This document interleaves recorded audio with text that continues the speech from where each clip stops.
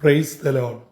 ജീവജലം എന്ന പ്രതിദിന വാഗ്ദത്ത വചനത്തിലേക്ക് ലോകമെമ്പാടുമുള്ള വിശ്വാസ സമൂഹത്തിന് വേഗം വരുന്നവനായ യേശുക്രിസ്തുവിൻ്റെ അതിപരിശുദ്ധ നാമത്തിൽ സ്നേഹ വന്ദനം. ഇന്ന് 2024 ഡിസംബർ മാസം 2-ാം തീയതി തിങ്കളാഴ്ച. ഈ വർഷത്തിൻ്റെ അവസാന മാസത്തിൻ്റെ ആദ്യത്തെ വർക്കിംഗ് വീക്കിലേക്ക് തമ്പുരാൻ നമ്മെ പ്രവേശിപ്പിച്ചിരിക്കുന്നു. ഓരോരുത്തരും ആയിരിക്കുന്നിടങ്ങളിൽ ആരോഗ്യത്തോടും ബലത്തോടും അതിലുപരിയായി ദൈവകൃപയോടും കൂടെ ജീവിപ്പാൻ, ജോലി ചെയ്യുവാൻ, കർത്തൃവേലയിലായിരിക്കാൻ സർവശക്തനായ ദൈവം ഏവരെയും സഹായിക്കട്ടെ എന്നുള്ള പ്രാർത്ഥനയോടെ ഇന്നത്തെ വാഗ്ദത്ത വചനത്തിനായി കാതോർക്കാം. ഇന്ന് ജീവജലത്തിൽ കൂടി പ്രോമിസ് വേഴ്സായി നമുക്ക് ലഭിച്ചിരിക്കുന്നത് യോശുവയുടെ പുസ്തകം 24-ാം അധ്യായം 24-ാം വാക്യം.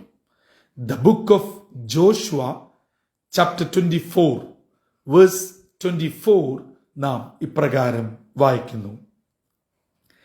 ജനം യോശുവയോട്, ഞങ്ങളുടെ ദൈവമായ യഹോവയെ ഞങ്ങൾ സേവിക്കും, അവന്റെ വാക്ക് ഞങ്ങൾ അനുസരിക്കും എന്ന് പറഞ്ഞു.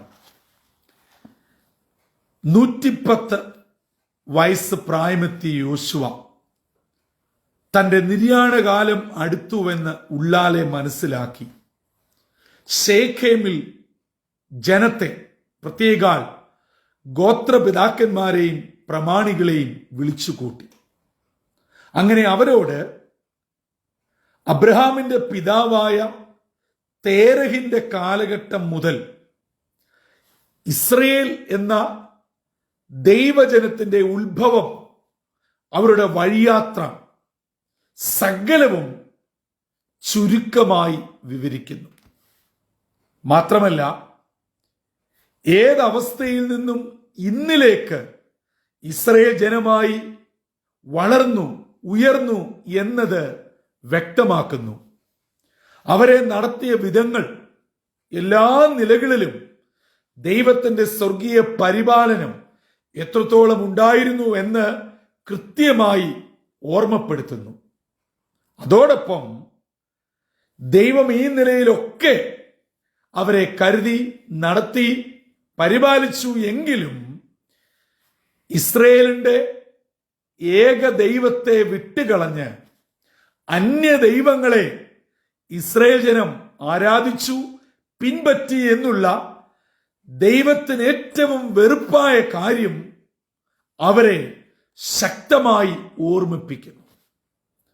അവയെ ഓർമ്മിപ്പിച്ചിട്ടാണ് ലോക ക്രൈസ്തവ ജനം തങ്ങളുടെ ഭവനത്തിലൊക്കെയും ആലേഖനം ചെയ്തിരിക്കുന്ന വളരെ പ്രശസ്തമായ യോശുവയുടെ പുസ്തകത്തിലെ ഞാനും എൻ്റെ കുടുംബവുമോ ഞങ്ങൾ യഹോവയെ സേവിക്കും എന്ന വാക്യം ഉരുത്തിരിയുവാൻ ഇടയായത്. അങ്ങനെ യോശുവ ഈ ജനത്തോട് പറയുകയാണ്, നദിക്കക്കരെ വെച്ച് നിങ്ങളുടെ പിതാക്കന്മാർ പല ദൈവങ്ങളെ ആരാധിച്ചു, പിൻപറ്റി. ഇപ്പോഴും അതിന് വലിയ വ്യത്യാസങ്ങളൊന്നുമില്ല, അത് തന്നെ തുടരുകയാണ്. പക്ഷേ എനിക്കൊരു കാര്യം പറയാനുണ്ട്. നിങ്ങൾ എങ്ങനെയൊക്കെയാണെങ്കിലും ആരെയൊക്കെ ആരാധിച്ചാലും ഞാനും എൻ്റെ കുടുംബവുമോ ഞങ്ങൾ യഹോവയെ സേവിക്കും. ഇത് കേട്ട് ഇസ്രായേൽ ജനവും പറയുകയാണ്, അല്ല, ഞങ്ങൾക്ക് യഹോവയായ ദൈവത്തെ അല്ലാതെ മറ്റു ദൈവങ്ങളെ സേവിക്കുവാൻ ഇടവരരുത്. ആ ദൈവം തന്നെയാണ് ഞങ്ങളുടെയും ദൈവം.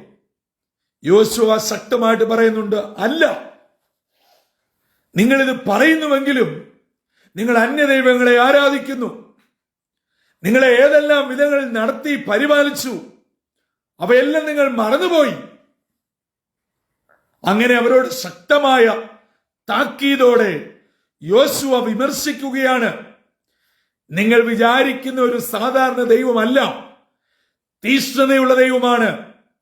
നിങ്ങളെ എവിടെ നിന്നൊക്കെ, ആരുടെ കയ്യിൽ നിന്നൊക്കെ വിടുവിച്ചുവോ, നിങ്ങൾക്ക് നന്മ ചെയ്തുവോ, നിങ്ങളെ ഈ നിലയിൽ എത്തിച്ചുവോ, അതേ ദൈവം നിങ്ങളെ ശിക്ഷിക്കുവാനും നിങ്ങൾക്കുള്ള സകലവതും നിങ്ങളെ നഷ്ടപ്പെടുത്തി നിങ്ങളെ പീഡിപ്പിക്കുവാനും വേദനിപ്പിക്കുവാനും കഴിവുള്ള ഒരു ദൈവം കൂടെയാണ്. അത് മറക്കരുത്.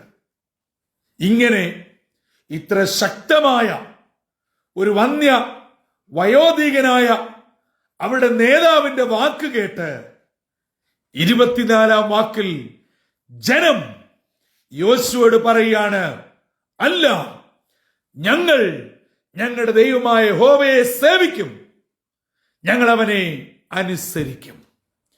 യോശുവയുടെയും കുടുംബത്തിന്റെയും തീരുമാനം ജനം ഏറ്റെടുത്ത് പറയുന്നു, ഞങ്ങൾ ഈ യഹോവയെ സേവിക്കും, ഞങ്ങൾ ഈ ദൈവത്തെ അനുസരിക്കും.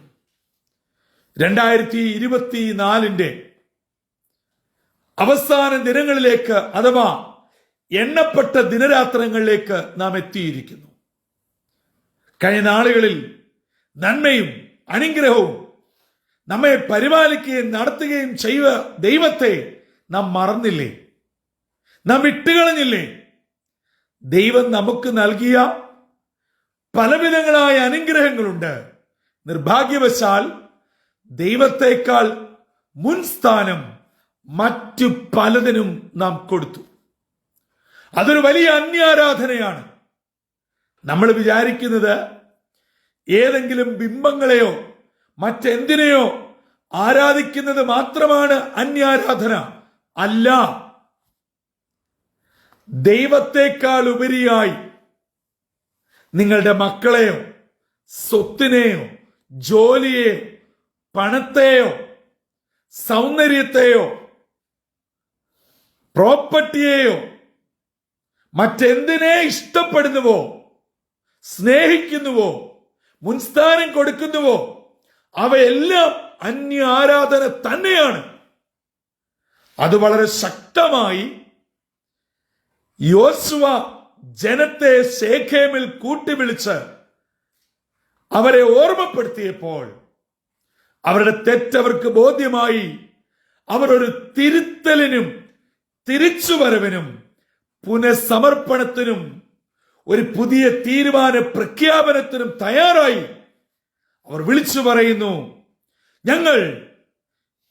ഞങ്ങളുടെ ദൈവത്തെ സേവിക്കും, ഞങ്ങളുടെ ദൈവത്തെ അനുസരിക്കും. എന്നെ കേട്ടുകൊണ്ടിരിക്കുന്ന പ്രിയ മാതാപിതാക്കളെ, സഹോദരി സഹോദരങ്ങളെ, എന്റെ യുവജന സുഹൃത്തുക്കളെ, നമ്മെ ദൈവം ഓരോ ദിനവും നടത്തുന്നു, പരിപാലിക്കുന്നു. അത് നാം ഓർക്കാതെയും ഓർത്തിട്ടും ഒട്ടും നന്ദി കാണിക്കാതെയുമുള്ള നമ്മുടെ ജീവിതം എത്രയോ വേദനാജനകമാണ്.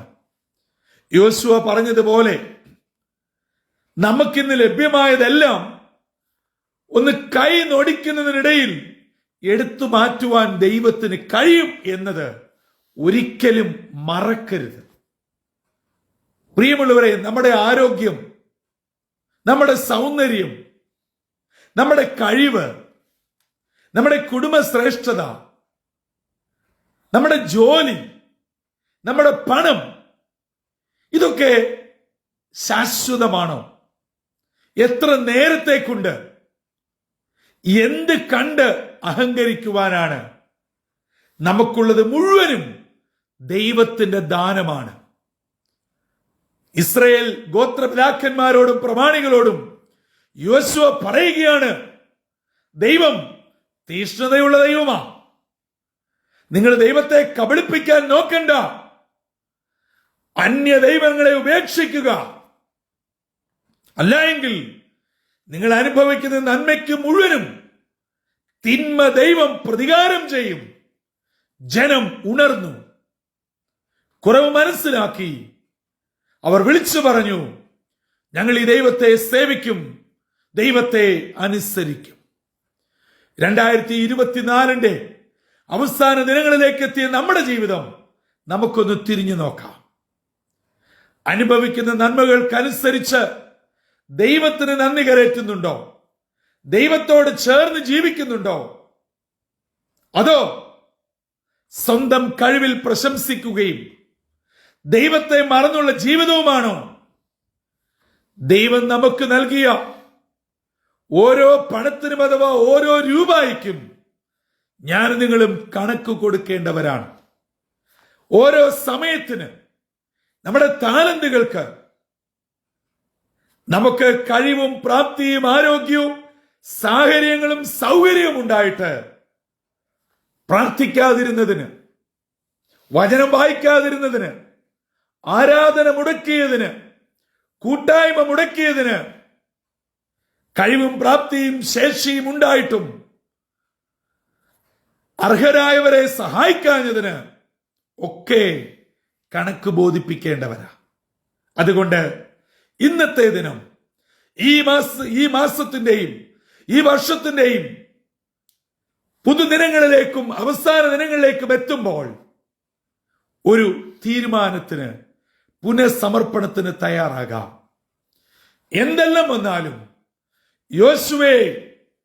യോശുവയും കുടുംബവും എടുത്ത തീരുമാനം പോലെ ഞങ്ങളും യഹോവയെ സേവിക്കും.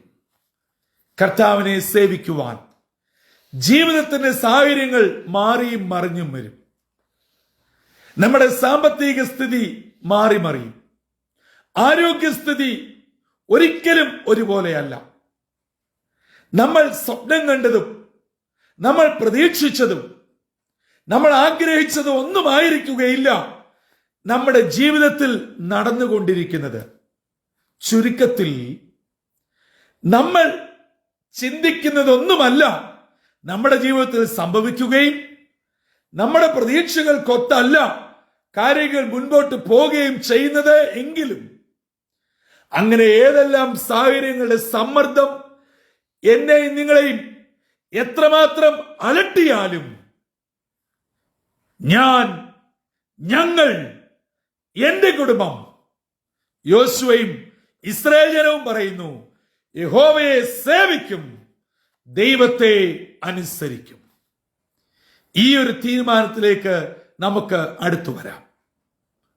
കഴിഞ്ഞ നാളുകളിലേക്ക് നോക്കുമ്പോൾ നമ്മൾ പ്രതീക്ഷിച്ച പലതും കിട്ടിയില്ലായിരിക്കാം, നടന്നിട്ടില്ലായിരിക്കാം.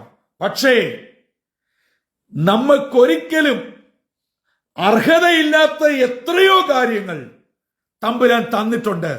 അതിന് നന്ദി പറയുക, അതിന് സ്തോത്രം ചെയ്യുക. നിശ്ചയമായും മുൻപോട്ടുള്ള കാര്യങ്ങൾ നടത്തുവാൻ മതിയായവനും വിശ്വസ്തനുമാണ്. അതുകൊണ്ട് നമ്മൾ എന്ത് ചെയ്യണം?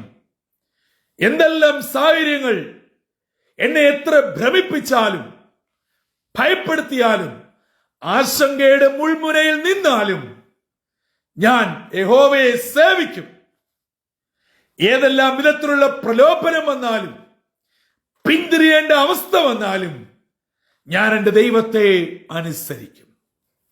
അതെ, താഴോട്ടുള്ള വാക്യങ്ങൾ നാം വായിക്കുമ്പോൾ യോശുവ ആ ശേഖേമിൽ വെച്ച് ജനവുമായി ഈ നിലയിൽ ഉടമ്പടി ചെയ്തു.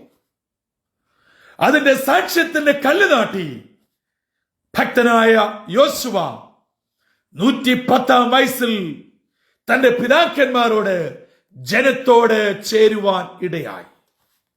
നമുക്കും ഒരു ഉടമ്പടി എടുക്കാം. കർത്താവിനെ സേവിക്കുമെന്നും കർത്താവിനെ അനുസരിക്കുമെന്നും ജീവിത സാഹചര്യങ്ങൾ എന്തെല്ലാം വന്നാലും അവയെ നോക്കി ഞാൻ സേവിക്കുന്ന എന്റെ ദൈവം, ഞാൻ അനുസരിക്കുന്ന എന്റെ ദൈവം, ഞാൻ ആരാധിക്കുന്ന എന്റെ ദൈവം എന്നെ നടത്തുവാൻ മതിയായവനാണ് എന്ന് ഉറക്കെ പ്രഖ്യാപിച്ചുകൊണ്ട് പ്രാർത്ഥനയോടെ ഇന്നത്തെ ദിനത്തിലേക്ക് പ്രവേശിക്കാം. ജീവജനം വർഷങ്ങളായി ശ്രമിച്ചുകൊണ്ടിരിക്കുന്ന എന്റെ എത്രയും സ്നേഹം നിറഞ്ഞ മാതാപിതാക്കളെ, സഹോദരങ്ങളെ, കുഞ്ഞനുജന്മാരെ, അനുജത്തിമാരെ, ഈ ദൈവത്തെ സേവിക്കുവാൻ, ഈ ദൈവത്തെ അനുസരിക്കുവാൻ, അതിൽ കൂടെ വലിയ വലിയ സ്വർഗീയ നന്മകൾ പ്രാപിച്ച് കർത്താവിനോട് ചേർന്ന് ജീവിച്ച് യുഗായുഗങ്ങൾ നിത്യതയുടെ പങ്കാളികളായി തീരുവാൻ സർവശക്തനായ ദൈവം നമ്മെ ഏവരെയും ഇടയാക്കട്ടെ. അതിന് നമ്മെ തന്നെ താഴ്ത്തി ഏൽപ്പിക്കാം, തലകളെ വണക്കാം, പ്രാർത്ഥിക്കാം. കാൽവറിയിൽ കൂടെ ഞങ്ങളെ അളവ് കൂടാതെ സ്നേഹിക്കുന്ന ദൈവമേ, സ്വർഗീയ പിതാവേ, ഞങ്ങളുടെ പൂർവ്വപിതാവായ യോശുവയോട് ജനം പറഞ്ഞ വലിയ തീരുമാനം ഇന്ന് ഞങ്ങളെ കേൾപ്പിച്ചതിനായി സ്തോത്രം.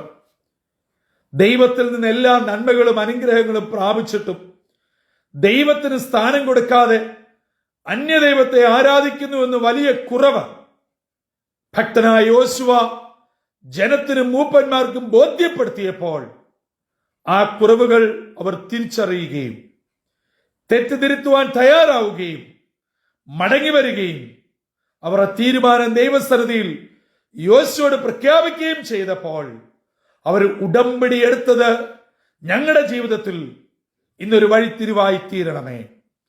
കൈനാളുകൾ നടത്തിയ ദൈവം, പരിപാലിച്ച ദൈവം, അങ്ങയെ സേവിച്ച് മാനിച്ച് അനുസരിച്ച് ആരാധിച്ച് ജീവിക്കുമ്പോൾ വരും കാലത്ത് നടത്തുവാൻ മതിയായവനാണ്. ഇനി ഞങ്ങൾ കടന്നു പോകുന്ന വേദനകൾ, ഭാരങ്ങൾ, ജോലിയുടെ പ്രശ്നങ്ങൾ, കുഞ്ഞുങ്ങളുടെ പ്രശ്നങ്ങൾ, ആരോഗ്യ പ്രശ്നങ്ങൾ, നിയമപരമായ കുരുക്കുകൾ, ഇവയെല്ലാം മാറ്റി ഞങ്ങളെ പരിപാലിപ്പാൻ മതിയായവനാണെന്ന് ഉറയ്ക്കുവാൻ ഇടയാക്കണമേ.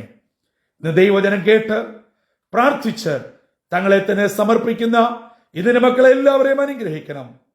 പുത്തൻ കൃപകളാലും സ്വർഗ്ഗ നന്മകളാലും നിറച്ച് അനുഗ്രഹത്തോടെ വഴി നടത്തണമെന്ന് യേശു ക്രിസ്തുവിന്റെ ധന്യനാമത്തിൽ അപേക്ഷിക്കുന്നു.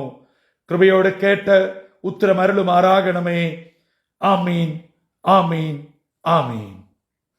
പ്രിയ സഹോദരങ്ങളെ, ഇന്ന് നാം ദൈവവചനത്തിൽ നിന്ന് കേട്ടതുപോലെ ജീവിതത്തിന്റെ സാഹചര്യങ്ങൾ നമ്മെ ഏതെല്ലാം വിധത്തിൽ തകർത്ത് എറിയുവാൻ ശ്രമിച്ചാലും യോശുവയുടെ ഒരു വലിയ ആഹ്വാനത്തിന് മുമ്പാകെ ജനം അവരുടെ വലിയ തീരുമാനം പറഞ്ഞു. ഞങ്ങൾ ഈ യഹോവയെ സേവിക്കും, ഞങ്ങൾ ഈ ദൈവത്തെ അനുസരിക്കും. അങ്ങനെ നമുക്കും ഒരു മടങ്ങി വരവിനും ഒരു തീരുമാനത്തിനും ഒരു ഉടമ്പടിക്കും തയ്യാറാകാം. നിശ്ചയമായും നമ്മൾ ഇന്ന് കടന്നു പോകുന്ന വേദന, രോഗം, സങ്കടം, വിഷമം എല്ലാം മാറ്റി വിടുതലോടെ, സൗഖ്യത്തോടെ, ആരോഗ്യത്തോടെ, അനുഗ്രഹത്തോടെ കരം പിടിച്ചു നടത്തുന്ന ഈ ദൈവം നമ്മെ നടത്തും, നമ്മെ പരിപാലിക്കും. ജീവജലം ശ്രവിക്കുന്ന നിങ്ങളെല്ലാവരെയും സർവകൃപാലുവായ ദൈവം അനുഗ്രഹിച്ച് കൃപയാൽ നടത്തുകയും ചെയ്യട്ടെ. കർത്താവിന്റെ അനുഗ്രഹിക്കപ്പെട്ട മുന്തിരിത്തോട്ടത്തിൽ നിന്നും brother Santhosh Kodukulanji. God bless you all.